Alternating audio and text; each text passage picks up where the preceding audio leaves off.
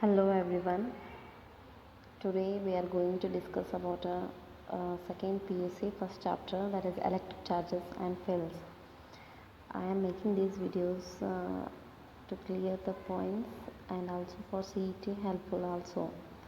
I will also discuss about some topics that are useful to CET questions. So we go deeply to all the points from second PUC chapter. From the first chapter I am starting, that is electric charges and fields. Here we are going to study lot of points like Coulomb's law, electric field, and electric dipole and Gauss law, and the applications of Gauss law, wherever Gauss law, how the Gauss law is used to derive the expressions like charge inside a sphere, outside, and what is charge. All we'll discuss in the electric charges. The study of these charges, or the study of the properties of electric charges, that is called as the electrostatics. Statics, the study of a charges in a rest. The main point is here, that is rest. Statics, that is a charge is at rest. The properties of, we are studying the properties of a charges which are at a rest. This is all study, and the properties and the study of forces, fields, this is all deals in the electrostatics. And next going to the deeply through these properties, firstly we see that electric charges is divided into two charges, that is a positive charge and a negative charge. These two charges are classified by Benjamin Franklin, the famous scientist. Benjamin Franklin, he classified these charges into two charges, that is one positive charge and a negative charge. And the main point is that the SI unit of a charge is coulomb. Is abbreviated as a C. If we define any measurable quantity that will have a unit, without unit we cannot define that measurable quantity. Like that, the charge is having a coulomb, means 2 coulomb, 3 coulomb, we can measure like this using this unit. The charge having that special very special property. When a charge kept here and another charge is brought near to this charge, it has some that property, it will be interact with this particle which having also same property, and due to which electrical and other related effects can be produced in the matter. Due to this we can produce electricity, or electric field can be produced in that matter. It has some that special quantity. Okay, next we'll go to the charge. Charge of an electron, that is E equal to minus 1.6 into 10 raised to minus 19 coulomb, minus negative sign for. Next charge of a proton is that is same as that of an electron, but is given as positive, plus 1.6 into 10 raised to minus 19 minus 1.6 into 10 raised to minus electron. Next, mass of electron, you all know that 9.1 into 10 raised to minus 31 kg. This is all about the electric charges. Now we have to measure the is the matter or any material having a positive charge or negative charge, and that material or a device is called which is called the nature of a electrical charge, which measures the nature of a electric charge. It is called as a electroscope.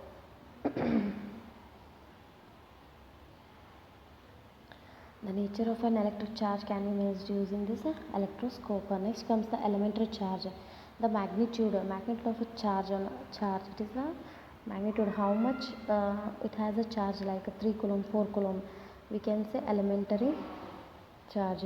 You may arise question like in the CET question, what is the elementary charge of a electron? That is same as that 1.6 into 10 raised to minus 19 coulomb. It is a magnitude. What is the measurable quantity? It is a elementary charge, means the magnitude of a charge of an electron, that is a 1.6 is the. So now we have seen what is charge and classification, everything. Now we have to see where the charges can flow, it is easily flowable, or where a charge, it can be flow in every material or what, we have to go through this. So finding this, the materials can be divided into three properties, three what we can say, three materials or three substances, like conductors, insulators, and lastly comes the semiconductors. Using the flowing ability of the charges, we divide the materials as a three, where the charges can easily flow, which allow the material which allow the flow of charges through them, those are called conductors. Example, I can give many, like metals and a human body. In human body is also a conductor, which can be, that is the material through which charges can flow easily. Or you can take anything, water, impure water, solution of salts, like that. Insulator means which will not allow the materials, which will not allow the charges to flow through them. Those are called as the insulators. Insulators, like you can take paper, air is also a bad conductor of charges, air, and you can take over like silk, cotton, anything. These are all of bad conductor of charges. Insulator. Semiconductor means which partially allow the charges to flow through them. You will go thoroughly semiconductor lessons, all how these are charges. Examples, you always know germanium and silicon are the main examples of these. Okay, we have know that conductors can with the materials which can flow, which allow charges to flow through them, but insulators are not like that. Not semiconductors also can easily flow, but we can make these as a conductors. So there are some methods to make the insulators or any other conductors to conduct charges. So this and the process is called as a electrification. There's a method of charging a body. Method of charging a body is called as electrification. We can also charge the other bodies using the conducting body. Non-conducting body is also charged by conducting body, and that process is called as electrification. And there are three types of electrifications method. Charging a non-conductor body, there are three types. Those are called as a charging by friction,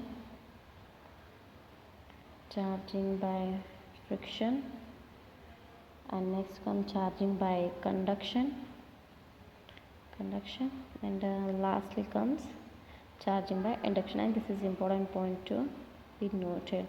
Charging by friction is nothing but, take two bodies, okay, it is a conductor and this is a non-conducting. When we rub this body conducting, when we rub against each other, and the electrons in this body will transfer to this body, and this will get a positively charged, because it will lose some electrons to this, and it will become negatively charged. Like this, we can make a charged body, a non-conducting body to a conducting body by friction, charging by a friction. This is become a positive charge and this is become negatively charged. Take an example of glass rod and the silk. When a glass rod is rubbed with the silk, and silk acquires a positive charge, glass acquires positive charge, and silk will acquire negative charge. It will acquire some charges on this. Okay, next comes the charge by conduction. It is nothing but when the charge body is placed in fully contact with the uncharged body, then slowly the charges will flow from the charged body to the conductor. Here both the bodies will have a same charge. If positive charge is present, this will also have a positive charge, and this can be made a conducting body. Like this, we can make a electrification process by charging by conduction. And last method will goes to the charging by induction. This is the main process. Take any body. If we put a charged body to a non-conducting body, this is a non-conducting body, and this is the charged body. Okay, which having a positive charge. Take it. It is having a positive charges on the surface. When we brought near to the non-conducting surface, a slightly negative charges will develop near the surfaces, near close to the surface which is close to the conducting body. At that surfaces, it negative charges will develop here.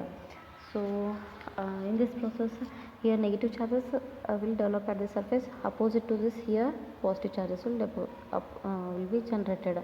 Like this, negative and positive charges will be generated on the non-conducting surfaces. So to make the overall charges in this body, we'll make some earthing to this. If you make earthing to this, electrons will flow from the earth to this, and these positive charges will flow to the earth and neutralize here. Neutralize takes place here. So this non-conducting charge, the negative charges will be takes place all around the surface of this non-conducting. By this method, we can make a uncharged body like a charging body. This is called as a conduction by charging by induction method. And we can also make a two conductors. This is an insulator. We can make it as a insulating. If we take a two conducting, both are conducting. If we brought another conducting which have positive charge, and here if we brought near to them, by the process of induction, negative charges will develop here in this conductor, and same as it here positive charges will develop in this spherical sphere. And if we make separate, still keeping this, and we will make a separate, still keeping the conducting surface here, and we will make separate these spheres, and here positive charges will be as it is, and here negative charges will be as it is. After this, we will remove this conducting material. Then these both will have a same charges. Both will have some charges in them. This conducting, this is also takes place in the induction process. We take an example like glass rod, silk. Glass rod and silk. When we rub a glass rod to a silk, and it will lose some electron to the silk, so it will be positive charge into negative charge. Take a fur and ebonite. Ebonite is like a long rod like rubber. It has some rubber property. So if we take a fur and ebonite, it loses some electrons to this, so it is positive charge, and this negative, like woolen cord or plastic cord. We can take many examples for charging by induction. Okay, like this many experiments are made, and experiments also made to develop electromagnetism, everything. That's all. When a conductor is charges, when a conductor will charge, take any conductor, charges always flow and spread over the surface. Not they won't enter into the sphere. Always spread over the surfaces. When the insulators are charged, charges remain stationary and confined to a small region. Those will not spread over the surface of insulators. Okay, the charged body will also attract the uncharged bodies. Repulsion, everything will happen if negative charges charged body. We will see some properties of a charge later. Before that, to identify charges, or if any charges are there in the material or not, we have to identify. Electroscope, we have electroscope, that is the identifying of a charge. It is the identification of a charge, you can say, or the magnitude of charge, and we can take it. Next we'll come discuss about a gold leaf electroscope. It is a device that detects charges on the body. You may get a question on this topic. Not that much about, just understand the concept discussed here. When I'll explain first the construction. It consists of a box with a glass rod, and a metal rod with a small metal rod. This is a glass. We can see what is happening here inside, and this is the glass. This is the metal rod with a metal sphere. When a conducting material is brought near, and when it has some contact with this metal sphere, and this which having a positive charge, and the positive charge is transferred to the metal sphere. After that, the whole metal rod is charged with a positive charge. Here the metal rod is connected with the two gold leaves. They are very thin gold leaves. Why gold leaves only used here? Because these are very malleable and can be easily ductile. Malleable means easily bend. We can bend those. So when the metal charges will flow through this gold leaves, and both gold leaves will acquire positive charge. Because of the same charges, same charges will repel. Because of same charges acquired by these gold leaves, there will be some divergence between these two leaves. So how much it will diverge? Before acquiring the same charges, this will be not that much will be diverge. It will be in the same. After acquiring these charges, there will be some divergence between these two gold leaves. By this we can identify there is equal charges in the gold leaves, that is positive charge. Equal charges in the gold leaves. By this we can detect the charges by gold leaf electroscope. This is a simple concept of a gold leaf electroscope. Next we will discuss about some basic properties of electric charges. Basic properties of electric charges. Okay. Electric charges, this are also 2 marks. You may get question in the exam. Okay, I'll discuss each and every point. I have to remember there are 8 points. Okay, 8 properties. For 2 marks you may write 4 properties is enough, but if you also write 8 marks, then they will give, I think, definitely 2 marks to you. Try to write the 8 properties also. But the first charge is very simple. The like charges will repel each other, and the unlike charges will attract each other. This is very simple property of electric charges. And charge is a scalar quantity. This is not a vector quantity. It does not have any direction. So you can say just charge is a scalar quantity. Charge always resides on the surface of a charge conductor. If you given a charge to this, always the charges will reside on a surface of the charged. If it is a charged sphere, then always charges will reside on the surface. It will not enter to inside the sphere. This is the main property. And next comes the charges are quantized. Charges are quantized. You can say that charges are quantized means charges exerts charges in terms of integral multiple of a magnitude of charge of an electron. Charges take a q. It will exist always in the magnitude of the electron. Integral multiple is equal to, that is n, and the magnitude of electron is written as q is equal to n. Always charge will exist in this equation. You may write also n eq is equal to any charge it will be. You can write how, if any take a conductor, if it has 3 charges, then 3 into electronic charge is 1.6. you can multiply like this. You can identify what is the charges in that conductor. And next comes the 5th property. Charges are conserved. Charge is a conserved, always conserved. Means in a closed system, any sphere or taking any closed system, charges always remains constant. Charges cannot be increased or decreased. They will always remain a constant. This is the 5th property. And next comes the 6th. The distribution of charges on the surface of conductor depends upon its shape. Okay, the charges of distribution is different for sphere and for rectangle, or for any other shapes. It will differ for the shapes also. How the constant of charge is greatest where the curvature is maximum. If the curvature is maximum, so the charges distribution will also, and so in the sphere we can take the charges distribution will be more. So the shape will also take parts in the distribution of charges. This is also a property. And the 7th one, the charges remain unaffected by the motion. charges unaffected by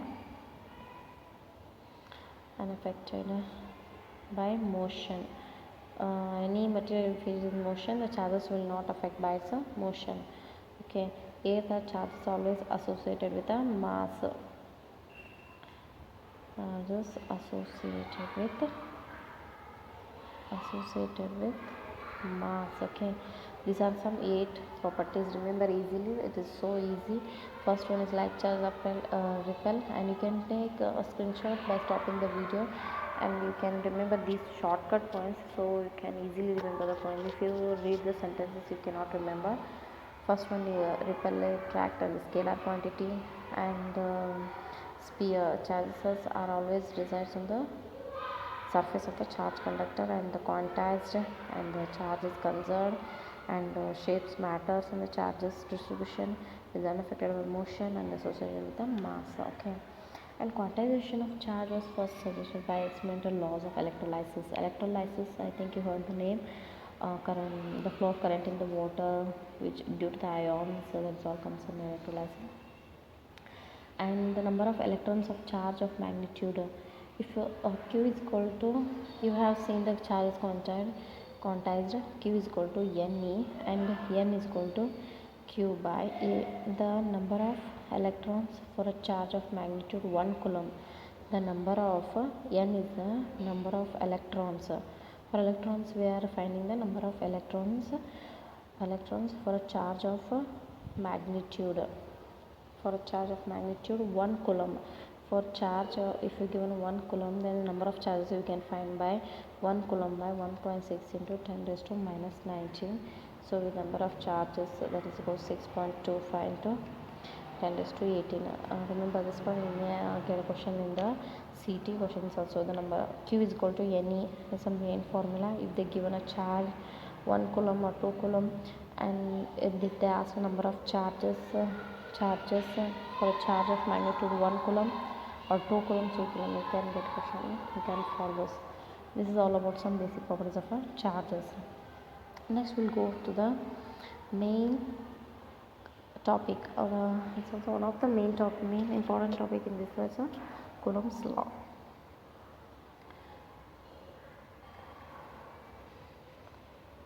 Coulomb's law, it is also a very main topic. You can say in Coulomb's inverse square law also. Coulomb's inverse square law.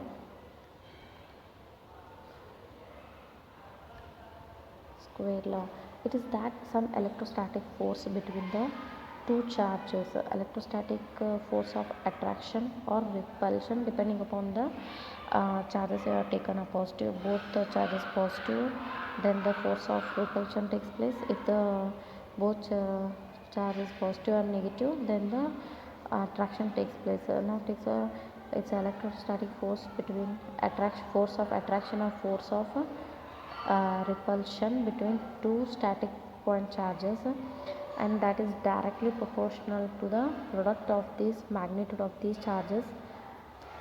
The static force between the two charges is directly proportional to the magnitude of the q1 q2, directly proportional to q1 q2, and it is inversely proportional to the square distance, less this distance between two charges be r, square of the distance between two charges.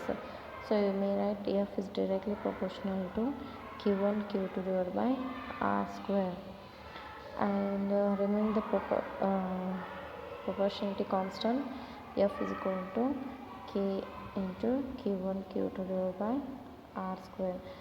For air or a vacuum, k you can write that 1 by 4 pi epsilon naught, where epsilon naught is a permittivity. For free space, it is a permittivity. You can call epsilon naught permittivity for free space.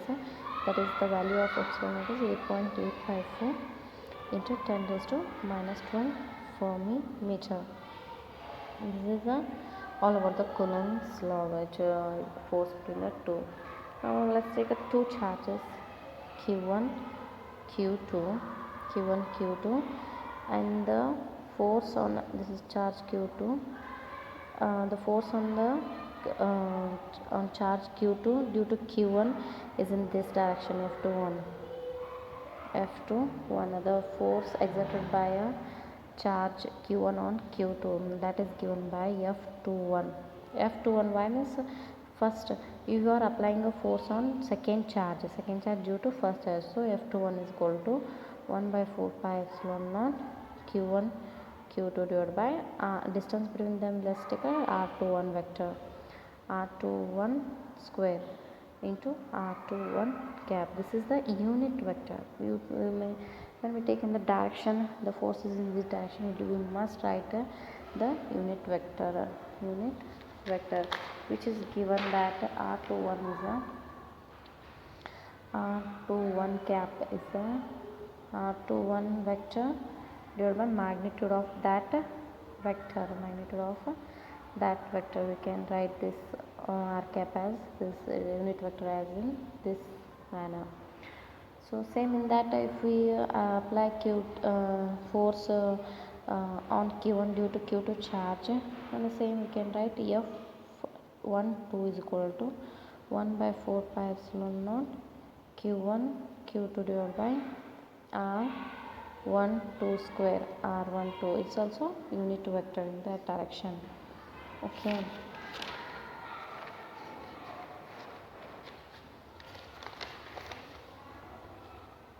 Next we have seen the unit vector r21 and r1 cap, and both the unit vectors are equal and opposite in directions. The property of that vectors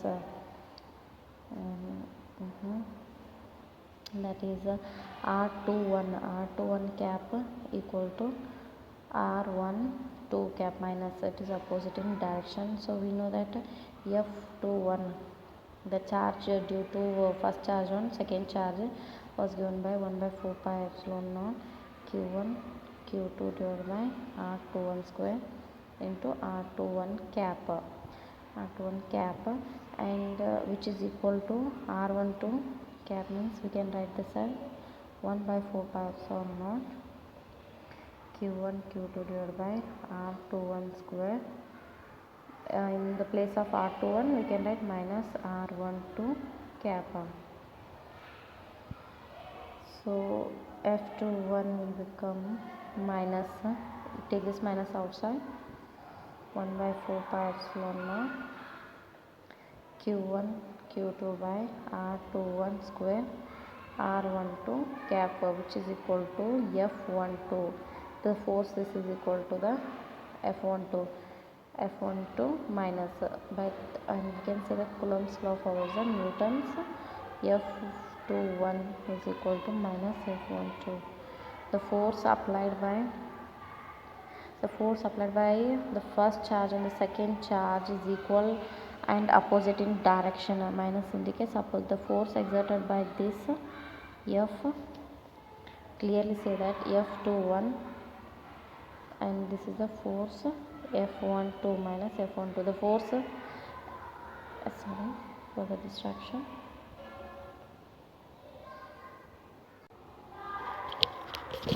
Now we'll discuss about Coulomb's law in position vectors of q1 and q2.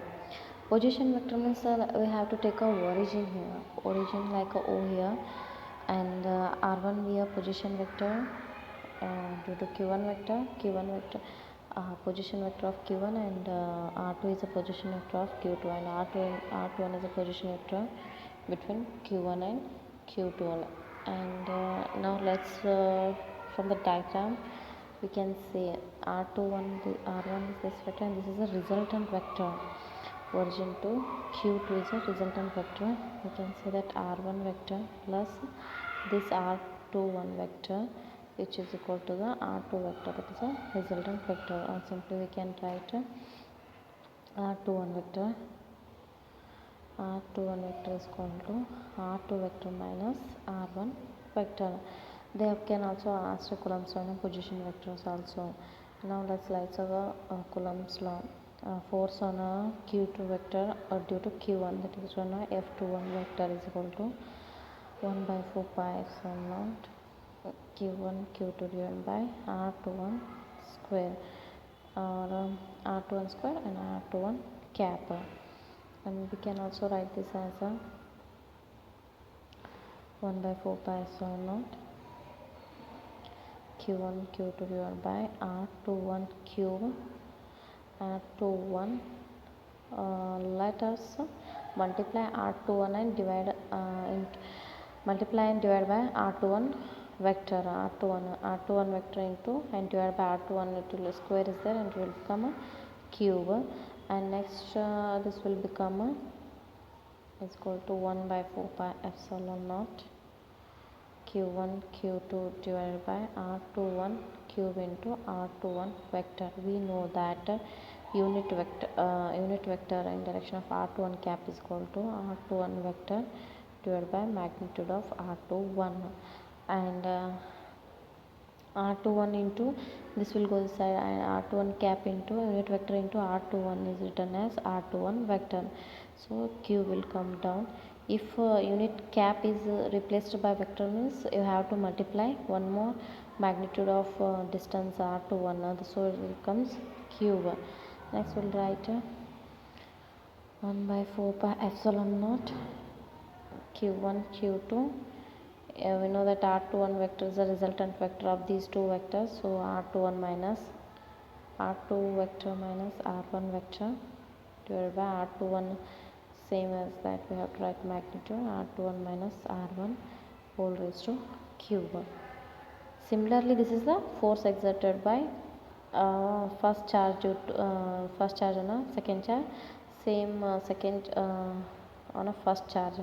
Force due to the second charge on a first charge is written as 1 by 4 pi epsilon naught q1 q2 r1 vector minus r21 vector minus r2 when force on second charge, so r2 will come first, here r1 will first comes first, r1 minus r2 whole raised to cube. This is the Coulomb's law in terms of position vectors. So this is the main point you have to, if they have asked you in a position vector, you have to define or you have to derive this expression. Let us go to the next one. There is a force between multiple charges. When there are multiple charges, like if you have taken many charges like q1 q2 q3 q4 q4, you have to derive an expression that is a force exerted by these all charges. Any one charge you can take, this charge exerted by the remaining charges in that field. We have to calculate that expression. Now we will derive that expression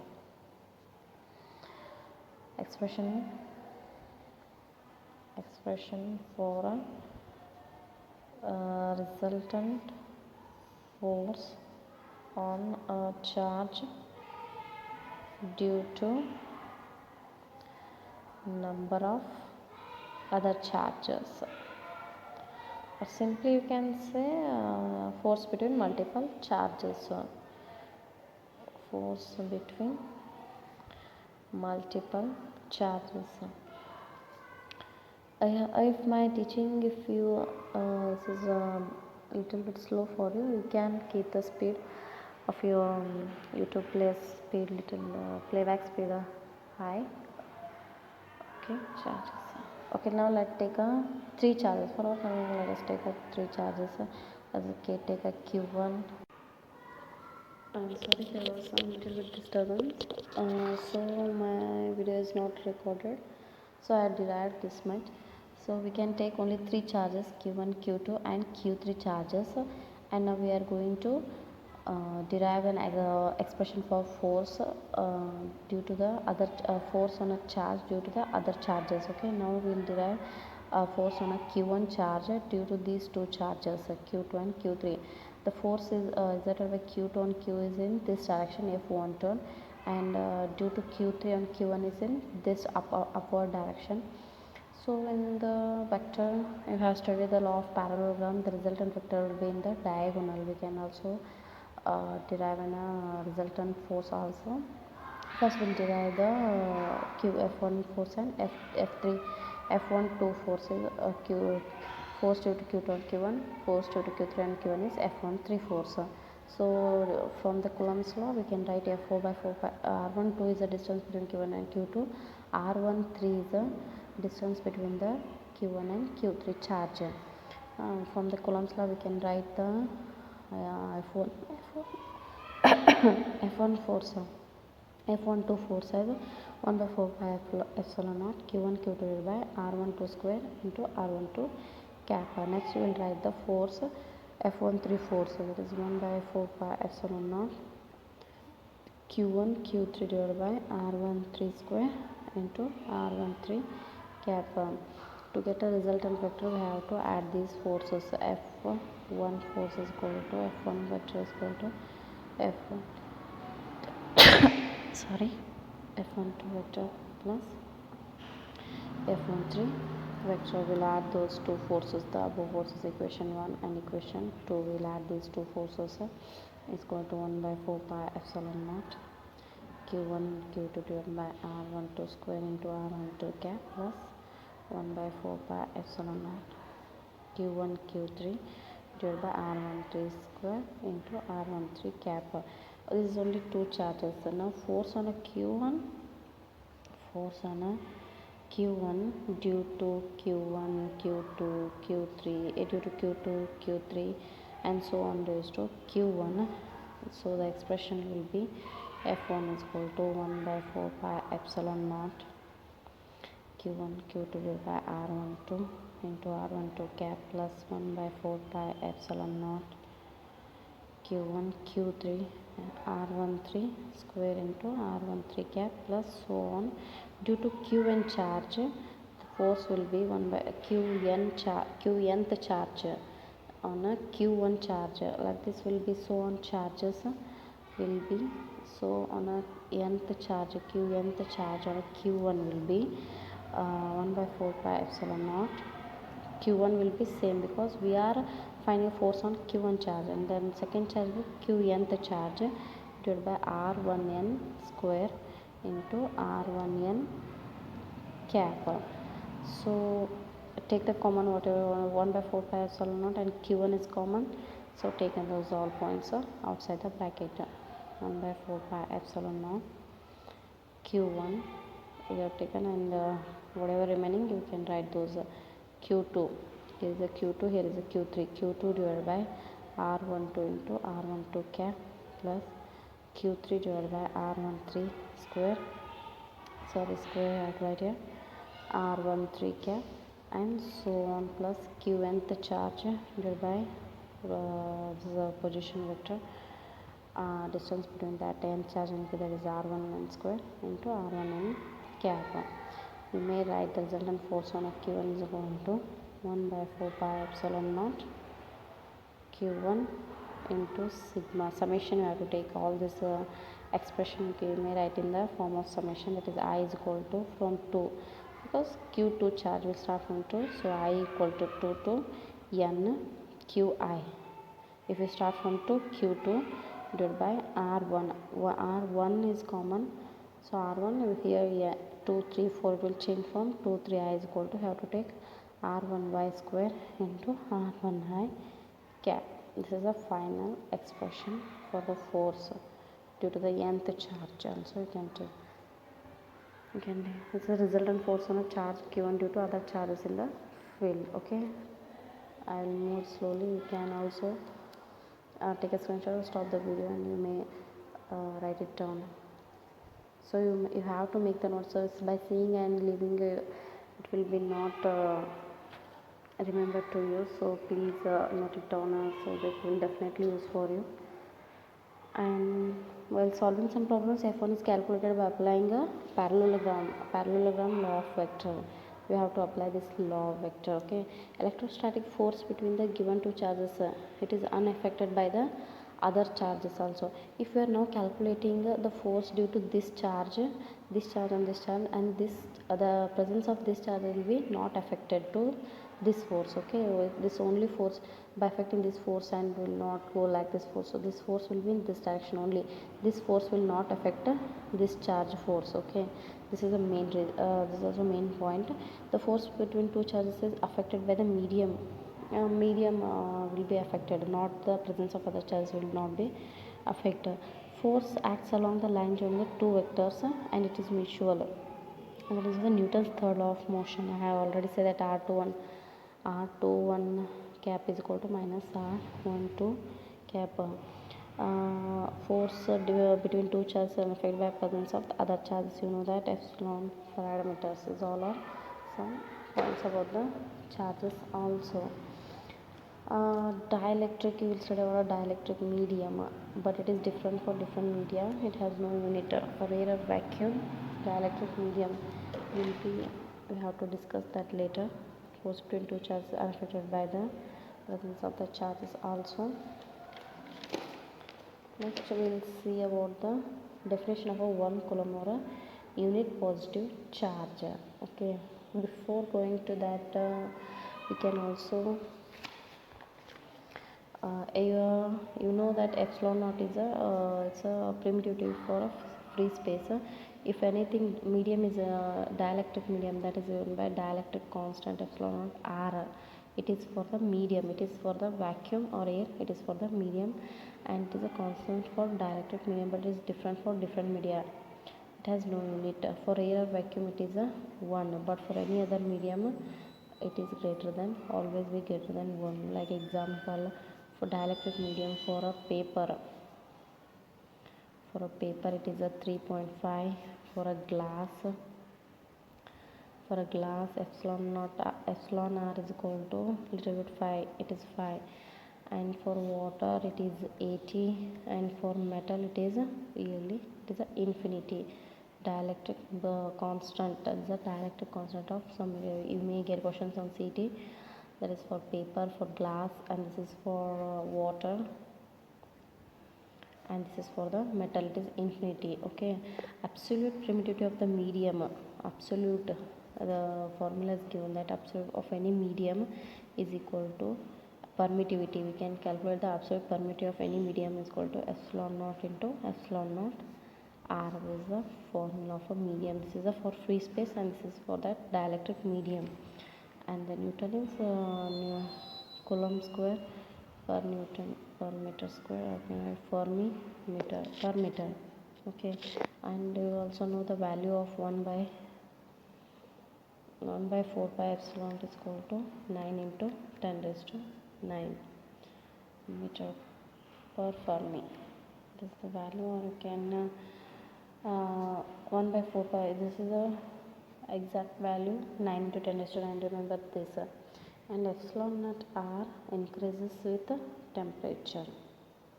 Dielectric constant that increases with, always with increases. If we increase the temperature, the dielectric constant also will increase.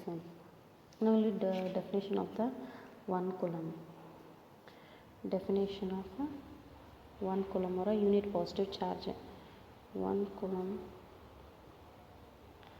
or a unit positive charge. When we have seen the coulomb force between two charges given, if we take a 1 coulomb charge or 1 coulomb charge which are separated by distance of 1 meter. Okay, here q1 is equal to q2 is equal to plus 1 coulomb charge, and the distance between r is equal to 1 meter. Then force is given by 1 by 4 pi epsilon naught. q1 q2 is 1 and divided by 1. This is equal to 9 into 10 raised to 9 Newton force. And 1 coulomb is that charge. We can define a 1 coulomb charge. What is the definition of 1 coulomb charge? It is that charge when placed in an air or a vacuum at a distance 1 meter from equal and similar charges. Both are positive equal and similar charges, and which it will repels with a force of 9 into 10 raised to 9 Newton. Okay, this is the definition of a 1 coulomb charge. Understood? Shall I repeat it? If a 1 coulomb charge, that charge when placed in an air or a vacuum, the distance of 1 meter, it will repel from 1 meter from equal and opposite forces. It will repels with a force of 9 into 10 raised to 9. The force between the two charges in the air or vacuum is given in a air or a vacuum is 1 by 4 pi epsilon naught q1 by q2 divided by r square. Next, the force between the two charges, same two charges, same q1 q2 kept in any medium, then that force is given by 1 by 4 pi epsilon r. Dielectric constant will be there. We have to consider dielectric dielectric constant because of medium. Here it is a force in a air or a vacuum. This is due to given in a particular medium, so and q1 q2 divided by r square. This is in a medium. So dielectric constant, if you divide this both equation 1 divided by 2, this is in a air. Let's take a small abbreviation, that is small air. This is in a medium. Fm is a medium. If you divided 1 divided by 2, these both equations, everything cancels and only epsilon naught r will remain. See, 1 by 4 pi epsilon naught will cancel, 1 by 4 pi epsilon naught q1 q2 so fa by fm is equal to epsilon naught r. This is the definition of a dielectric constant. Epsilon naught r is you may get a question also. Remember this formula also. Epsilon dielectric constant is equal to fa, the force between the two charges in a air medium, is divided by the force between the two charges in a medium. It is in a air, and this is in a medium. This is the definition of the dielectric constant.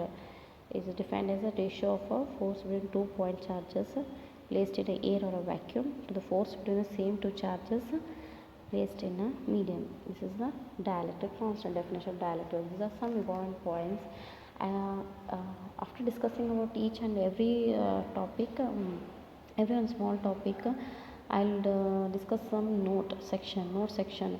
That is means I am going to, these points are very helpful in a CT question. So where if you are very strong in a theory, then definitely you are going to process every questions in a CT questions also. You will have some confidence while solving that CT questions. Okay, these are some Coulomb charge. This is all about that. 1 Coulomb charge I have defined also. You may note on that. And next we'll study about the electric field and electric field lines. I'm very if still I have not taken the derivation sections like more than Gauss laws and everything, I will very interesting topic those are. I'll also eagerly waiting for them to teach to you. Now I'll upload this much. Next definitely I am very sure I am going to discuss very derivations, making easy to you also. If you have any queries or any doubts, so please tell me through the comment section also. Thank you.